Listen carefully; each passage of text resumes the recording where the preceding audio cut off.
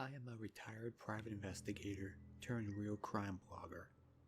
I have been receiving anonymous manuscripts in the mail detailing heinous acts of appalling psychopathy. For reasons concerning my work in this situation, I don't want to give you my true identity. You can refer to me as Mr. S. I started out in my early years as a detective. Not to toot my own horn, but I was highly effective at my job. And before too long, I started taking much higher paying jobs as a freelance private investigator. Over the years, I have solved several high-profile cold murder cases. Unfortunately, in a work-related attack, I was seriously injured and retired from my job as a private investigator 5 years ago. Since then, I have started a well-known real crime blog and podcast. Recently, I started to receive anonymous handwritten manuscripts in the mail detailing heinous acts of dark psychopathy. No return address. On the outside of the first envelope, there was the following note. As my glorious life nears end, my only regret is that nobody knows my greatest works and accomplishments. Below is the first manuscript I received. This manuscript was titled, Highschool. Be warned, I believe that what you are about to read is the journal of a psychopath.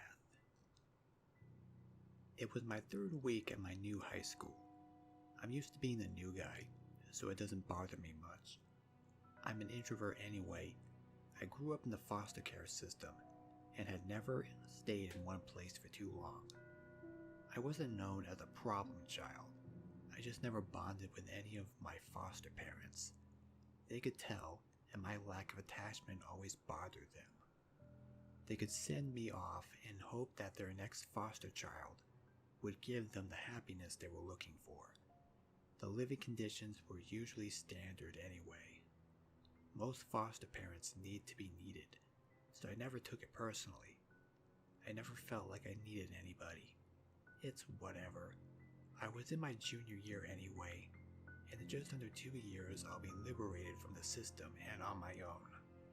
College will all be free, as they practically beg us foster kids to go to college. Nonetheless, I was 3 weeks into classes at my new school, and I had already made an enemy, Jake Pearson. In this suburban high school, these idiots were just like the kids at every other school. A bunch of dudes trying way too hard to look cool and tough, the gaggle of girls who were trying way too hard to stand out by ironically doing the exact same thing that every other girl was doing. These hallways were filled with drama this, drama that.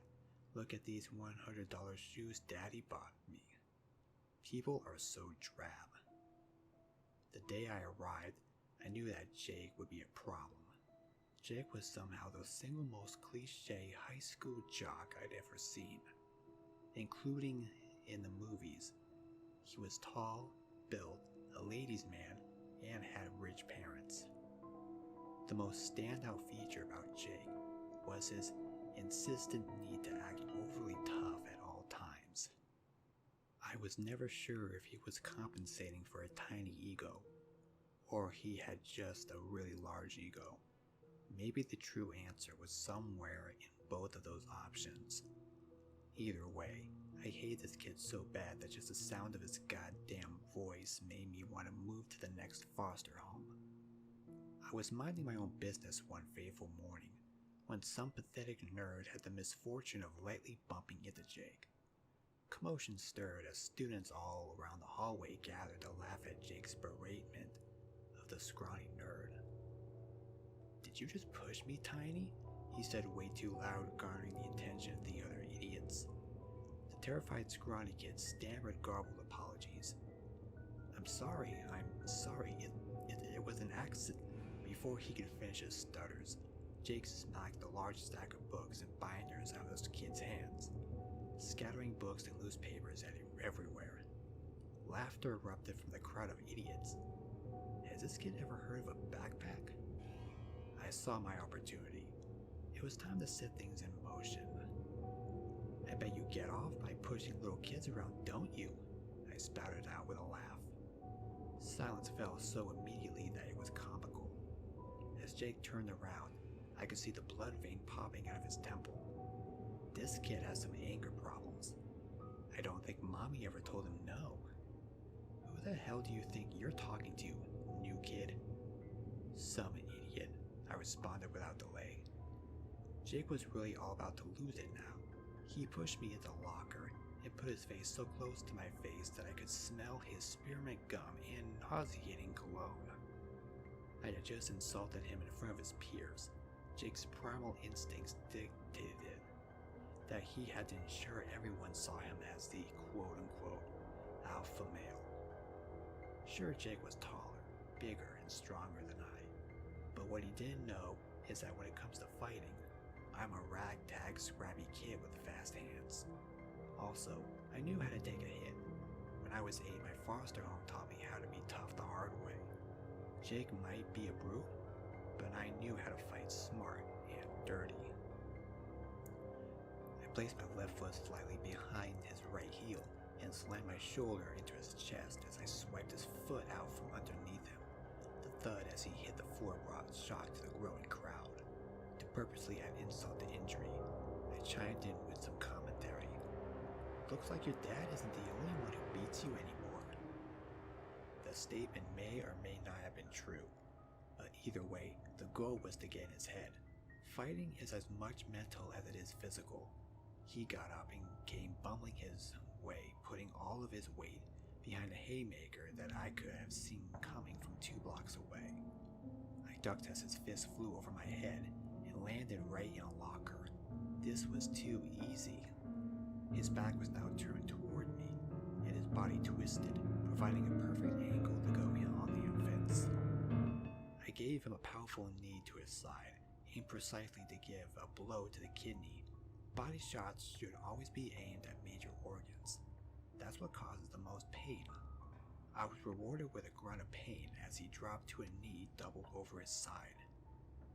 I could have stopped there, but I hated this kid and needed him to hate me. With a quick and easy but powerful right hook, I delivered the final blow.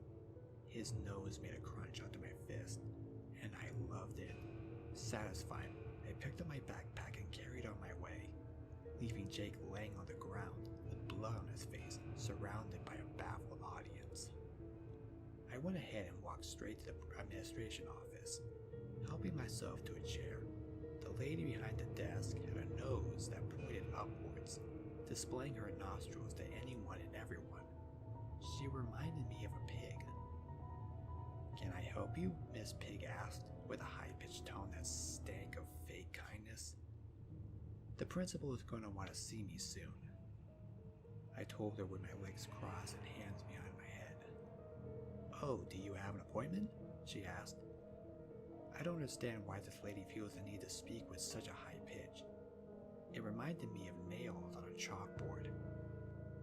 "No, I stumbled across a bullying incident, and long story short, I broke someone's nose." The amusing look on her face was somewhere between confused and shocked. "I'll be right back," Mrs. Pig said slowly as she got out of her chair.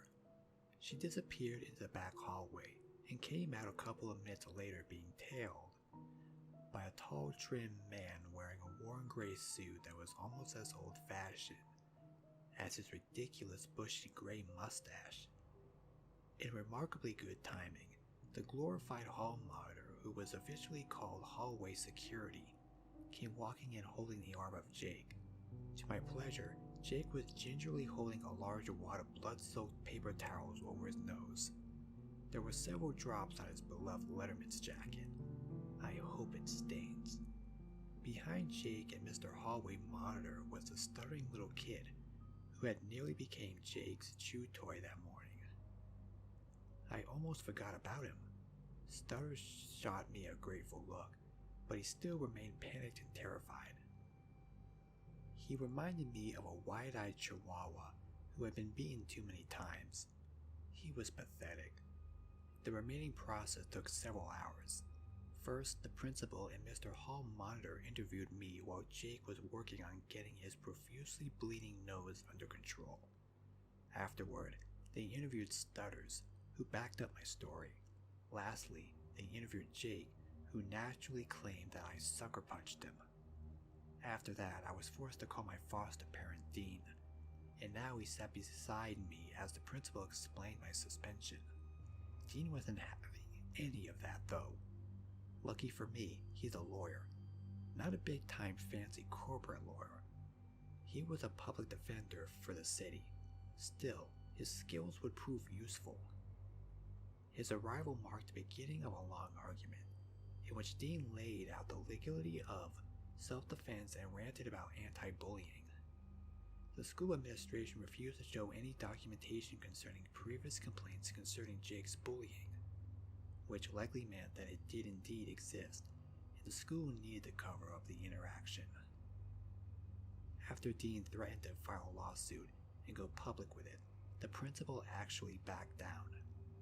I was surprised. I've never had a foster parent go to bat for me. Maybe Dean could prove useful after all. Of course, he didn't really do it for me. Dean was nice enough, but I could see that he was only on board with the foster parent thing to appease his wife, Sarah. I am assuming that they tried for years to have a child of their own, but for whatever medical reasons, they were unable. Why or how they ended up with a teenage foster child was beyond me. Sarah was the single most generous foster parent I've ever had, but she had a pathetic need to be loved and needed. I don't share this need, but frankly, my current foster situation is pretty good. And I like this part of the town they live in. It's off toward the end of the suburban part of the city, and the woods nearby. The woods provided me with plenty of quiet places to visit. For this reason, I would play into Sarah's need for as long as necessary. It was too easy to turn on the grateful orphan persona and allow Sarah to feel needed. In return, I'll be provided with the cushy of a life of a foster kid can get. Dean and I were now alone in the parking lot. As he reached to open his car door, he stopped and looked at me. Listen, Rich. Oh God, here comes the emotional talk about how he understands that I'm going through the tough times, yada yada. I just wanted to let you know that I'm impressed with what you did, standing up for a kid that was being bullied. So, let's just not tell Sarah about this, okay? Sounds good. Thanks, Dean. He looked like he was about to give me an awkward hug, but thankfully he settled with a slightly less awkward fist bump. Apparently, he was touched by my bold display of anti-bullying, saving stutters from that big meanie. Honestly, my actions had nothing to do with defending that spineless shrimp. I don't give two shits about him. I did it because I hated Jake, and stutters gave me a golden opportunity that I couldn't waste. The rest of the day was dismal and ordinary. Classes were easy for me, but I didn't do most of homework, but managed B's and sometimes A's simply by getting good scores on the tests. My motivation depended on the class. Math was easy but boring. My reading teacher was a true moron who loved overanalyzing worthless poetry, but my psychology class was actually interesting and useful. At this point, I've already read the entire psych textbook and continued research on my own. It was helping me to understand more about myself. I had been reading about personality disorders, and I saw a lot of myself in the section about psychopathy and antisocial behavior. At this point, I wondered if I myself was a psychopath. It didn't bother me one bit. It just made sense. Psychopathy is characterized by many things, including an inability to feel empathy. This is where I felt uncertain. There was one person, only one, who I've ever truly felt empathy for. Addie. Addie was once my foster sister, but we had been separated when I was 8. I'm not sure if I had the inability to feel empathy for another, or if I simply learned not to after losing Addie. As I was walking home, only a 25-minute walk, I turned down the back road right next to the woods. Houses were scarce on this road. Nice, quiet, and out of sight. About 10 minutes into the walk, I realized I was being followed by a maroon Mustang convertible. The car pulled up, and out clambered Jake and 3 of his minions, a group of idiots who followed Jake, like little neglected dogs hoping to get a compliment and some positive attention. I can fight, sure, but I'm not stupid either. I was outnumbered 4 to 1, so I turned and ran for the wood line. I'll admit, these kids were fast. I quickly realized that I wouldn't be able to outrun them for too long. So I said to hell with it, I'm more about fight than flight anyway. I ducked behind some thick brush and grabbed a hefty but manageable log. If I'm going to go down, I'll go down swinging. The footsteps were arriving quickly, so I swung my log right at victim number 1, came around the corner. The log connected so hard with his blocky head that it broke in half. Unfortunately, the log was useless now, but the damage had been done and victim number 1 hit the ground hard. I gave victim number 2 a hard front kick straight to the chest. He grunted as the air escaped his lungs and he landed on his back with his feet in the air. King Leonidas would be proud. I dodged the 3rd guy, a fat but strong kid who only knew how to bull rush. That's when I rock hard connected with my temple. I was on the ground now, and I didn't recall the fall. I was getting kicked repeatedly. A blow to my gut knocked the wind out of me, but I grabbed his foot and pulled, pulling all my weight into his knee. Whoever that knee belonged to shouted in pain. I probably just hyperextended his knee. The rock hit me again, this time in my nose. I was dazed now, but I could see Jake standing over me with a decent-sized stone. Alright, let's stop this before it gets too out of hand, someone said. I think that was victim number 2. Shut the hell up, Brian, Jake snapped back. I'm not done. Another 2 kicks hit me hard in the ribs. Okay, seriously, Jake, I think that's enough. Quit being a pussy. Another 2 kicks found their home in my stomach as I struggled to get air in my lungs. Kick him, Brian, Jake ordered. Come on, man, he's already almost unconscious, objected Brian. I said, kick him, Jake ordered again, looking threatening with the rock still in his hand. I bet you like being his little bitch, don't you, Brian? That sentence flew out of my mouth before I could stop it. I always knew what to say if I wanted to hurt someone. That statement was the last push Brian needed, and his shoe connected hard with my head. My vision was now covered with black dots. Through my blurry vision, I saw Jake kneel down.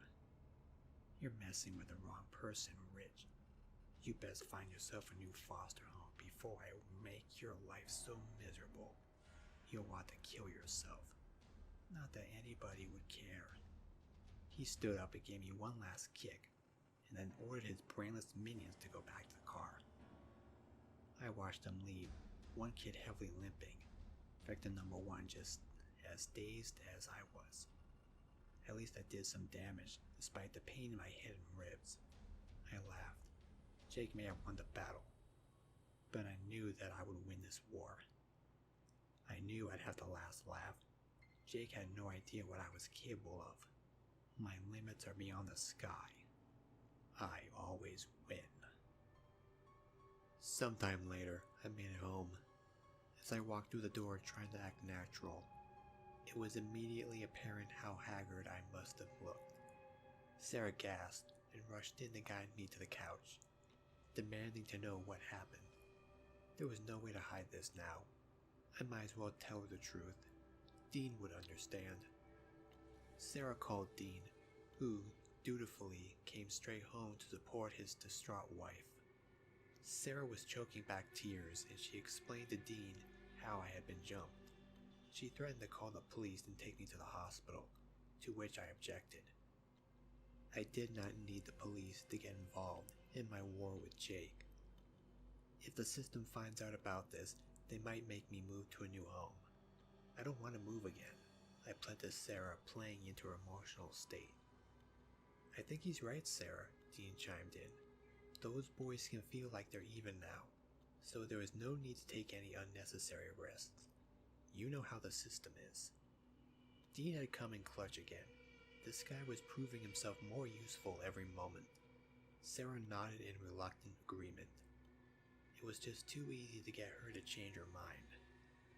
"But you're not going to school tomorrow," she demanded. "You're going to stay home so I can take care of you and make sure you're okay." I reminded myself how I need to play into Sarah's need to be needed, so I agreed. For good measure, I gently touched her hand and told her thanks. She allowed a tear to escape after that move. Something was wrong with Sarah. I could see it in her eyes. At some point, she'd had a traumatic experience that hurt her deeply. I woke up late Friday morning to Sarah bringing in fresh breakfast. Eggs, bacon, and pancakes. My ribs twinged with pain as I sat up. And my head pounded too. Sarah was on top of that too though, offering me 800 milligrams of ibuprofen to be down with some orange juice and a fresh cup of coffee. This treatment was another display that I was not used to. Never had anybody brought me breakfast in bed. After assuring Sarah that the breakfast was wonderful, I told her I was going to rest. After she left, I pulled out the computer that I had purchased with the money I stole from my last foster parents. I was pretty good with computers. They were useful and underrated tools that most teens just use to stir drama on social media and post stupid fake photos. People are so oblivious to how exposed their personal information is. It took me less than 2 hours to know everything about Jake and Brian that I needed to know. I had his address, his phone number, and learned the fact that the family was on a trip to their lake house for the weekend, about a 5-hour drive away. Probably his parents' attempt to draw attention away from the school suspension. Rich people in the suburbs are all about image. That night, after Sarah and Dean were long asleep, I quietly got ready. The house had a security system that monitored and logged every time a door or window opened or shut. They probably did it because they knew I was moving in. It wasn't a problem though. I easily detached the device without breaking the magnetic seal. Actually, it was perfect. The security system logs would provide me a good alibi, should things go wrong. I exited the house through the window and stepped off the pre-planned route that would mostly take me through the wooded area and out of sight. I enjoy the woods at night anyway. It's so quiet and peaceful. It took me about 30 minutes to arrive at my destination. Jake's house was huge and sat on a lot that must have been an acre or more. I searched through the property near the back door, expecting to find a spare key somewhere. They weren't dumb enough to keep the key under the doormat, but they didn't hide it very well either. The rock looked convincing at first sight, but when I looked at it up close, I could tell that it was fake. I carefully lifted the rock and found a little compartment underneath containing the key.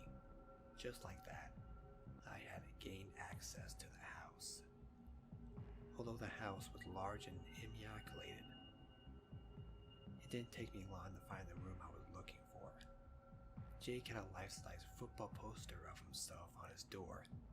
His room was huge, the size of a small apartment. I carefully searched for anything that would be most of use. On his shelf designated for keepsakes, I found an old but expensive-looking sheath knife. The knife had someone's initials engraved in it, signaling that it might be a family heirloom of sorts. I picked it up with my gloved hands and pocketed it. Jake didn't seem too worried about his parents snooping through his stuff. His computer wasn't even password protected. Thanks to Jake's carelessness, I now had access to all of his personal information, including social media and his chat messages that were backed up on the cloud. This was the gold mine, where I would get all the information that I needed. I sat down and went to work. You can learn a lot about someone's life by going through their text messages and photos. I found out that Jake and his friends had a certain spot in the woods where they would meet up to drink alcohol and smoke weed. Thanks to the photos being geotagged, I now knew exactly where that spot was. Most importantly, I learned that Jake had pestered just about every girl in the school for nudes. If they rejected him, He then pressured and insulted the girls. When I came across his conversations with Brian, I found my lucky break. Jake has tested his luck with a girl Brian was dating. When she refused his requests, Jake called her a whore. After Brian had found out, he finally stood up for himself, and the messages shown that they had quite an argument. They were not currently on talking terms, and Jake made it clear that he would not speak to Brian and would, quote unquote, ruin his popularity. This was perfect. I now had a perfect plan. I saw that Jake and his family would be home Sunday afternoon. Brian's status showed currently active, so I sent him a message through social media, asking him to meet me at the spot Sunday night at midnight. After Brian replied with one letter, K, I deleted the messages so Jake would not see them on his end. On my way out, I stole a hoodie, some pants, and an extra pair of gym shoes. I made sure to grab stuff in the back of the shelves to ensure their absence would not be noticed. I took one last look around to feel secure that I left no noticeable trace. After locking the door and carefully putting the key where I found it, I went back home the same way I came, undetected. Saturday and Sunday, I continued to allow Sarah to look after me. It made her feel good, and I needed her to think that I needed her, so I could continue living there. Finally, Sunday night arrived. I put on the clothes that I stole from Jake and headed on my way. I waited in the shadows for Brian to arrive. At about 12:05 a.m., I heard the footsteps approaching. What do you want, Jake? Brian started as he entered the small clearing. We have school tomorrow. Before he could finish it, I hit him hard in the face with a rock, Jake's signature move. Brian fell to the ground, putting his hands on his face as if that would somehow dull the pain. I didn't care. I kicked him in his head and his gut over and over. I watched with pleasure as he rolled around in agony, betrayed and incapacitated. Ah, what the hell, Jake? Oh, I'm not Jake, I told him coldly. Brian squinted up at the sound of my voice, shocked. He stammered a few disconnected words, trying to catch his breath through the pain. I knelt beside him. What do you want? Brian finally managed to muster between heavy breaths. Revenge. Looking Brian straight in the eye, I plunged Jake's knife straight into Brian's torso, stabbing right into the liver. I was rewarded with an agonizing groan from Brian. And to get rid of Jake. Another stab, this time off to the side, making sure I got his kidney. It's not really about you. Another stab, and another moan. You're just on the wrong side of this war, and an inconvenient means to an end. Drawing in the delectable thrill of the moment, I thrust the knife deeper and listened to Brian's agonizing moans and shortening breath. I stared into his eyes so I could see the look on his face as he realized he was about to die. And you really, truly shouldn't have kicked me. I gave him another hard stab, this one I placed just under his left pectoral. The blade slid right between his ribs, piercing his heart. I pulled out the knife as blood sputtered out the wound like a fountain. I sat back to admire my handiwork. Brian's breath gurgled and rasped the silent woods. I realized the attack looked way too clean. Everything was too precise. I needed this to look like a stupid brute had lost his temper. I gave a dozen or more wildly placed stab wounds, ranging in depth. That looked better. In less than a minute, the groans and breathing stopped. Brian lay there, or his body did at least, covered in blood.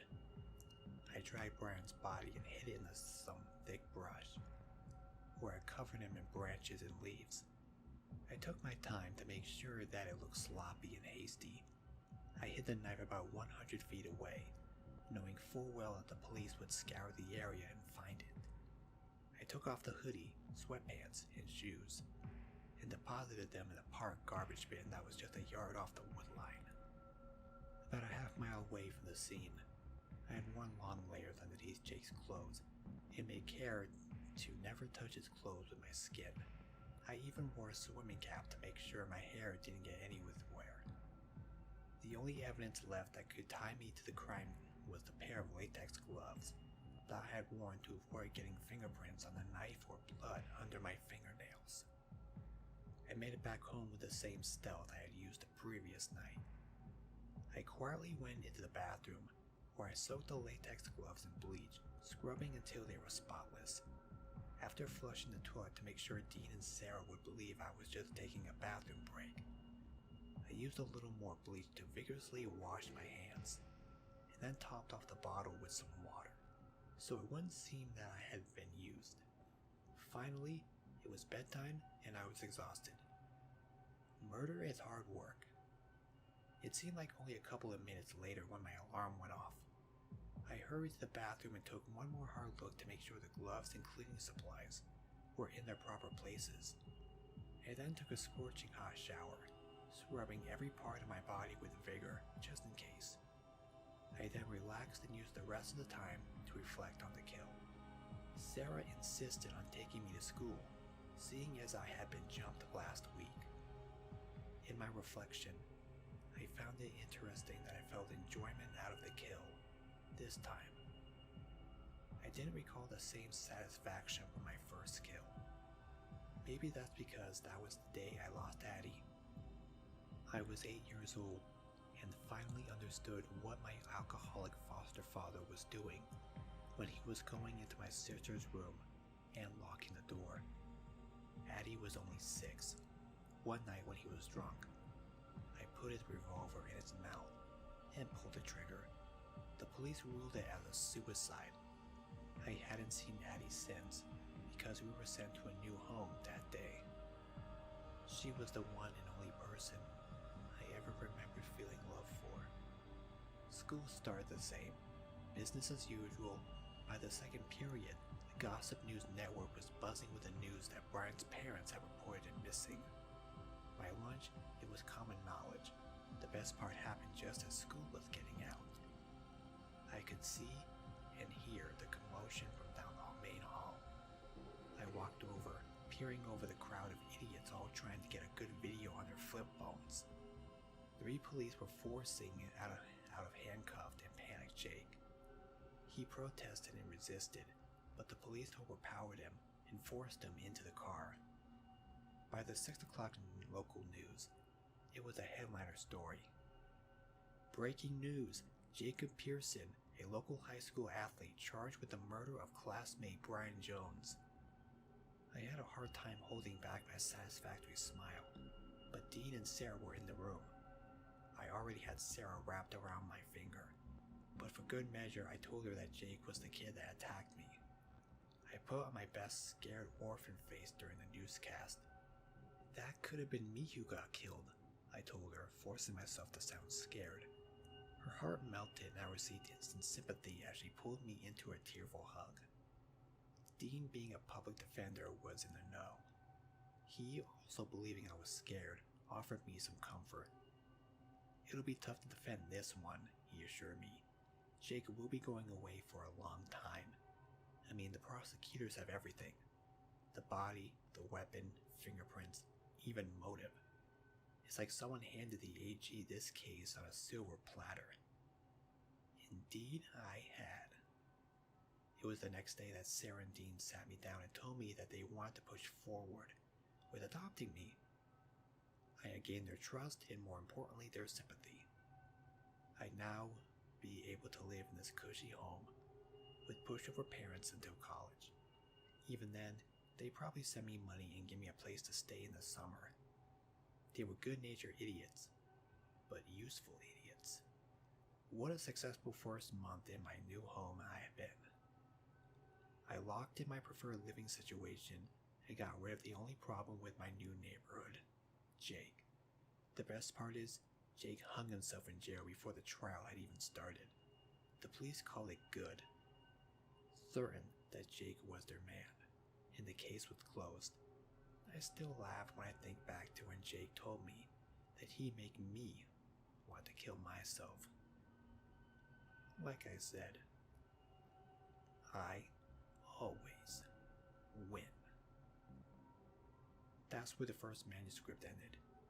After reading this manuscript, I was unsure as to the validity of the story.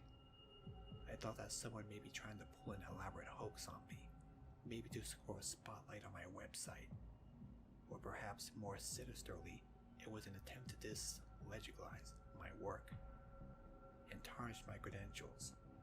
Nonetheless, I was intrigued enough to dust off my private investigator hat and do some research.